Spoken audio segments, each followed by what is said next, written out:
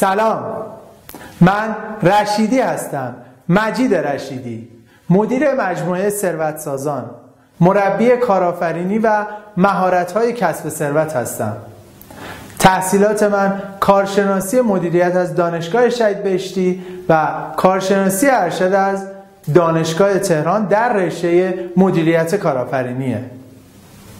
امروز میخوام در مورد موضوع فوق‌العاده مهمی به نام چرایی ثروت با شما صحبت بکنم.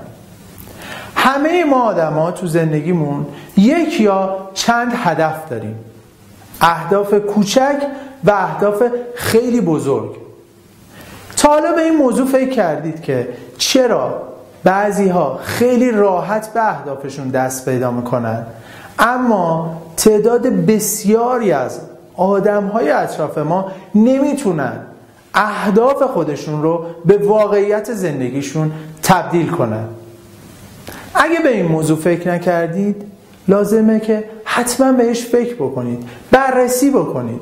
به نظر شما چرا خیلی ها راحت میرسن به هدفهاشون ولی بعضی ها همیشه باید سختی بکشن و در نهایت هم دست پیدا نمی کنن؟ بیاین فرایند رسیدن ما به اهدافمون رو یک بررسی بکنیم. فرض کنیم شما یک هدف برای خودتون انتخاب کردید. فرایند رسیدن ما به اهداف این شکلیه که اول هدف رو انتخاب میکنیم، بعد میریم دنبال این که چطور به هدفمون دست پیدا بکنیم.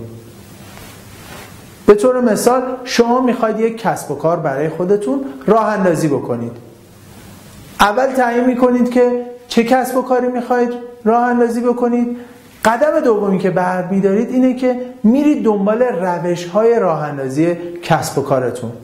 مثلا فرض کنید شما میخواید یک فروشگاه داشته باشید، یک فروشگاه پوشاک مردانه یا زنانه. هدفتون راه اندازی یک فروشگاه.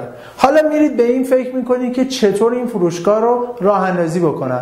میبینید گزینه‌های مختلفی روبروی شما هست، از کسب و کار اینترنتی گرفته تا فروشگاه در یک پاساژ معتبر و یا یک بوتیک در یک جای خیلی متفاوت. پس اول چیستی هدف خودتون رو انتخاب کردید که راه اندازی یک فروشگاه، بعد رفتید به چگونگی اون فکر کردید.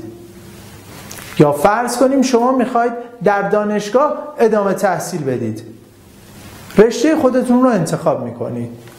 به طور مثال در رشته مهندسی عمران میخواید که در مقطع ارشد ادامه تحصیل بدید. پس چیستی هدف خودتون رو انتخاب کردید. حالا میاید در مورد اینکه چگونه از سد کنکور بگذرم فکر میکنید و به این نتیجه برسید که میتونید در کلاس‌های آموزشی شرکت بکنید و یا کتاب‌های آموزشی رو تهیه بکنید و خودتون شروع به مطالعه بکنید. پس اهداف ما اینطوری برنامه ریزی میشه: اول چیستی، بعد چگونگی. دلیل بسیار مهمی که خیلی از افراد به اهدافشون دست پیدا نمی‌کنن دقیقاً مربوط به همین فرایند چیستی و چگونگیه. ما برای رسیدن به اهدافمون لازمه قبل از چیستی و چگونگی یک قدم فوق‌العاده مهم برداریم و اون هم تعیین چرایی هدفه. ما باید مشخص کنیم چرا میخوایم به یک هدف مشخص دست پیدا بکنیم، بعد بریم اون هدف رو برای خودمون تعریف بکنیم و بعد بریم دنبال روش‌های رسیدن به هدفمون فکر بکنیم. دلیل این که خیلی از افراد وقتی یک هدفی برای خودشون انتخاب میکنن در نیمه های راه خسته میشن و اون هدف رو کنار میذارن همینه که چرایی خیلی مهمی برای خودشون ندارن. بذارین با یک مثال در مورد خودم این موضوع رو براتون بازگو کنم. از روزی که من وارد کلاس سوم دبیرستان شدم که حدود 14-15 سال قبل بود، پدر و مادرم و بزرگترهایی که میشناختم سعی میکردن به من بفهمونن که باید دیگه برای کنکور درس بخونم. برای اینکه وارد دانشگاه بشم دیگه باید تلاش‌های خودم رو شروع بکنم. خب من از اونجایی که از سالها قبلش کار میکردم و خیلی به کار کردن علاقه داشتم، خیلی جزء دانش آموزهای درسخون حساب نمی‌شدم و علاقه چندانی اصلا به دانشگاه و درس خوندن نداشتم. همیشه برام این سوال ایجاد میشد که چرا من اصلا باید وارد دانشگاه بشم؟ اگه قراره برم یاد بگیرم چطوری پول در بیارم که خب همین الان هم دارم این کار رو انجام میدم و میتونم این زمانی که قراره در دانشگاه صرف کنم رو در کار خودم بذارم و موفق‌تر بشم. خیلی دنبال جواب این سوال گشتم که چرا من باید وارد دانشگاه بشم. از افراد مختلف سعی میکردم این سوال رو بپرسم. میدونید جوابی که بیشتر افراد به من میدادن چی بود؟ 1. درس بخون، چون اگه درس نخونی کار پیدا نمی کنی و به گرسنگی میرسی. درس بخون، چون اگه درس نخونی بی سواد میمونی و میشی یکی از موارد اضافی جامعت. البته خب یک واژه خیلی بدتر در مورد این موضوع استفاده میکردن که درست نیست من جلوی دوربین اون رو مطرح کنم. یا نه، میگفتن درس بخون، اگه درس نخونی نمیتونی زن بگیری، بهت زن نمیدن. اینها جواب افرادی بود که قرار بود من رو برای درس خوندن تشویق بکنن. خب هیچ کدوم از این دلایل نمیتونست در من ایجاد انگیزه بکنه. من همچنان دنبال جواب این سوال میگشتم که چرا باید وارد دانشگاه بشم. البته در اون سالها جوی در جامعه ما حاکم بود که یکی و در واقع تنها ترین راه موفقیت یک دانش آموز و نوجوان رو ورود به دانشگاه میدونستن. البته الان خدا را شکر درصد فهم مردم اجتماع ما خیلی بالاتر رفته و دیگه تنها روش موفقیت یک دانش آموز رو کنکور دادن و ورود به دانشگاه نمیدونن. اما تو اون سالها این جو حاکم بود. همچنان دنبال جواب سوالم میگشتم تا اینکه یک روز در همون مقطع سوم دبیرستان یکی از معلم‌هامون به دلیل سرماخوردگی به مدرسه نیامد. خب جو کلاس خیلی شلوغ شده بود و مدیر مدرسه ما جناب آقای صالحی برای اینکه نظم کلاس رو کنترل کنه وارد کلاس ما شد و به سبک بقیه مدیرها شروع کرد ما رو نصیحت کردن.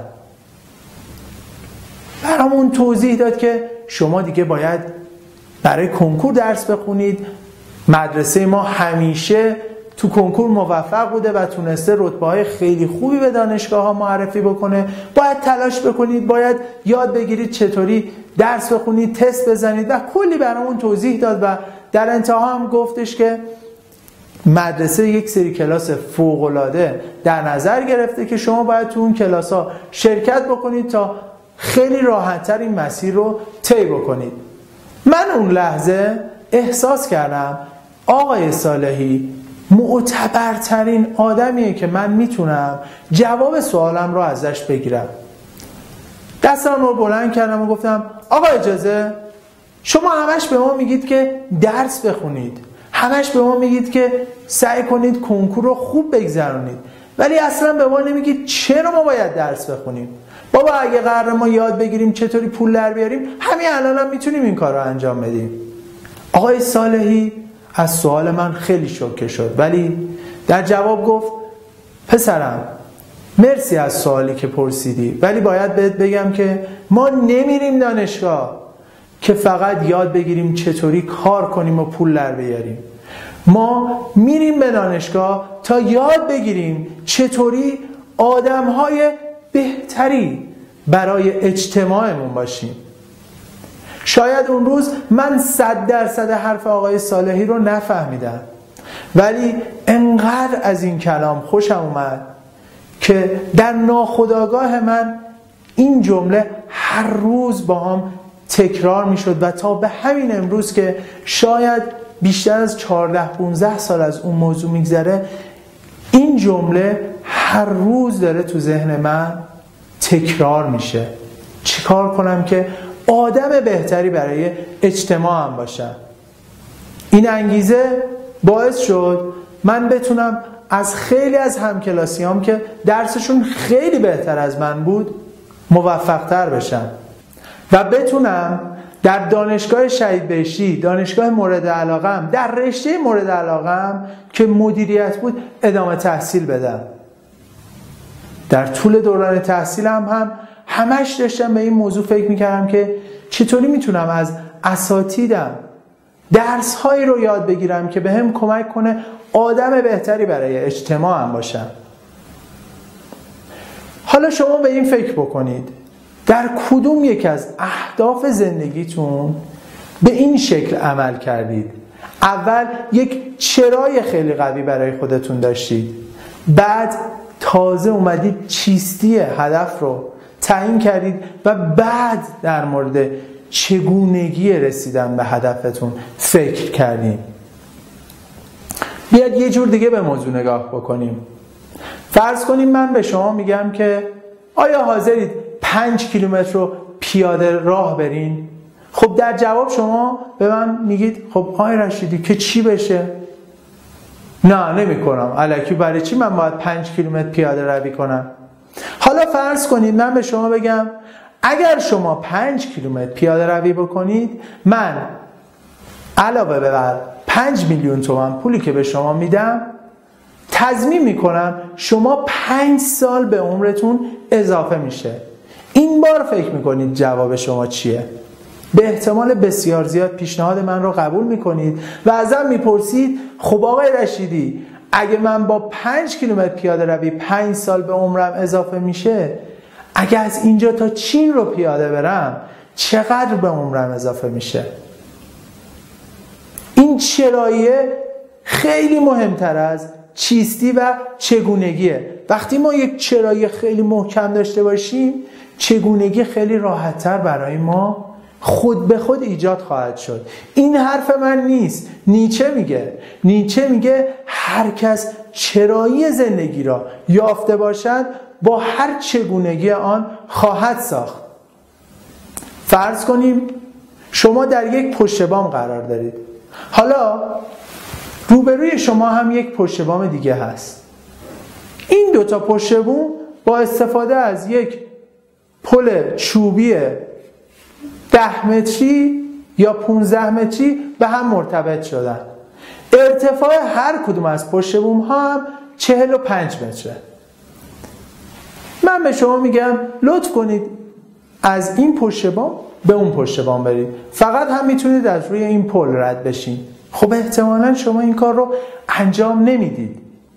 اما اگر بهتون بگم شما باید از این پشت بوم به اون پشت بوم برین برای اینکه نزدیکترین فرد زندگیتون در اون یکی پشت بوم منتظر شماست تا برسین و نجاتش بدین، چی؟ فکر کنید تنها 1 دقیقه زمان دارید. دیگه چرایی شما انقدر مهمه که اصلا به این فکر نمی کنید که چطوری من از روی این پل رد بشم. به هر نحوی که شده خودتون رو میرسونید به پشت بوم روبرو.